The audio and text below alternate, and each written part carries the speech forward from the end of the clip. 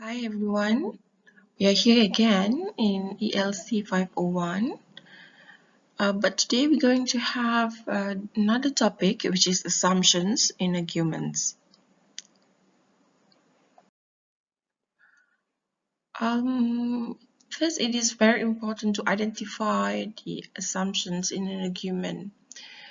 Sometimes the author or speakers fail to present the premises.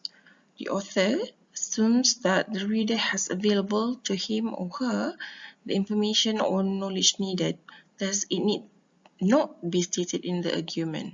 So when we have a reading text, sometimes we'll find that they are missing information. The author sometimes assumes that the readers might understand or might know what is going to happen because they can use their own background or information when it comes to reading. So the information that is not stated or presupposed or what we call it as guess by the author in the argument is called the assumption. So let's take a look at the example. Yeah, he is 20. He must be at college. So in this sentence, it is assumed that everybody who is 20 years of age must still be studying everywhere. So this is what the author wanted the audience to think of. However, it's like a generalization. In reality, it's not what it is meant. Being 20 doesn't mean that someone is in college, because this particular person could possibly go to work instead of finishing his study.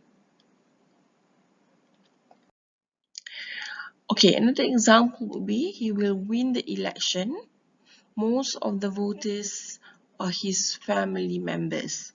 Okay, now the assumption is that all of his family members will vote for him. However, there is a possibility that not all of the family members go and vote for him, the person here. Some of the family members, even in reality, some of them family members could possibly choose or vote other people instead. So what we can say here is that when there's an assumptions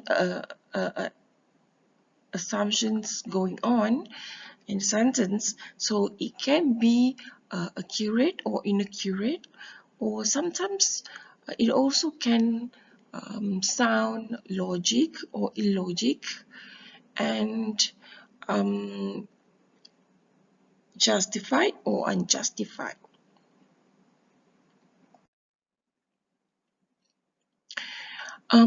We can mistake inferences with assumptions. Okay, as we discussed earlier, assumption is the missing or presupposed guess information in an argument. So what we can say is that assumptions, when it comes to assumptions, there are no information provided by the author for us. Yeah, so it is based on our logic, or it is based on our background information.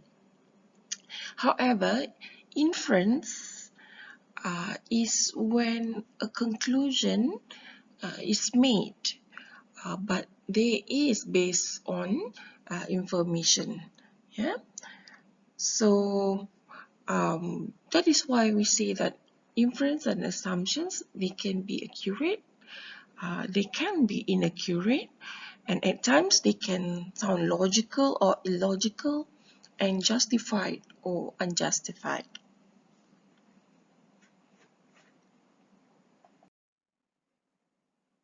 Okay, so if we consider the sentence, or we are making an inference, okay, if you were to walk towards me with the 2 cups of coffee and there are only both of us in the room, I would infer that the cup is for me. The other cup is for me. So this is an inference, okay.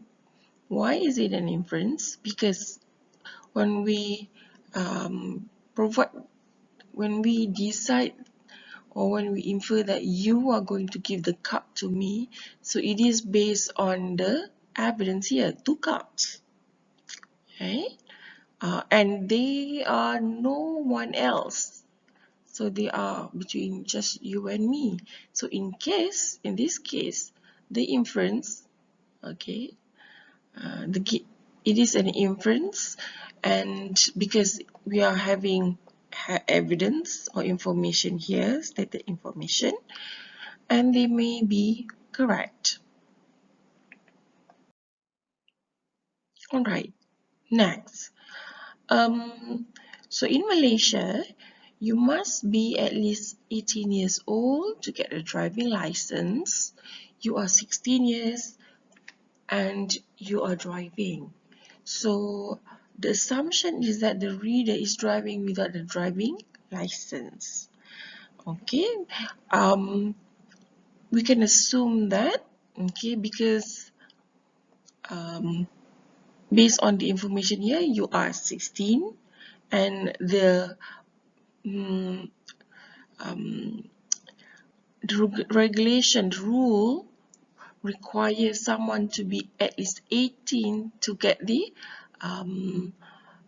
driving license, and you are only 16, and there's no way that you have a driving license because you don't even reach the age yet. So what else that you have the license? So yes, it is considered as accurate because the fact provided, or the information provided, is correct and accurate. Okay, I think that's all for inferences and assumptions. So let's take a quick recap on what we have discussed or looked at today. When it comes to assumptions, it is actually a guess or presupposed. We are making a guess, but there is no existed information provided by the author. Meanwhile, when we infer, we make a conclusion based on the information provided. So, inference can be more accurate because it is related to the evidence or the information. However, assumptions can also be accurate if the guess is related with the information or the actual information. Yeah, I hope that everyone understands what I explained for this week, and I really hope that you can get into the exercise afterwards. See you and thank you.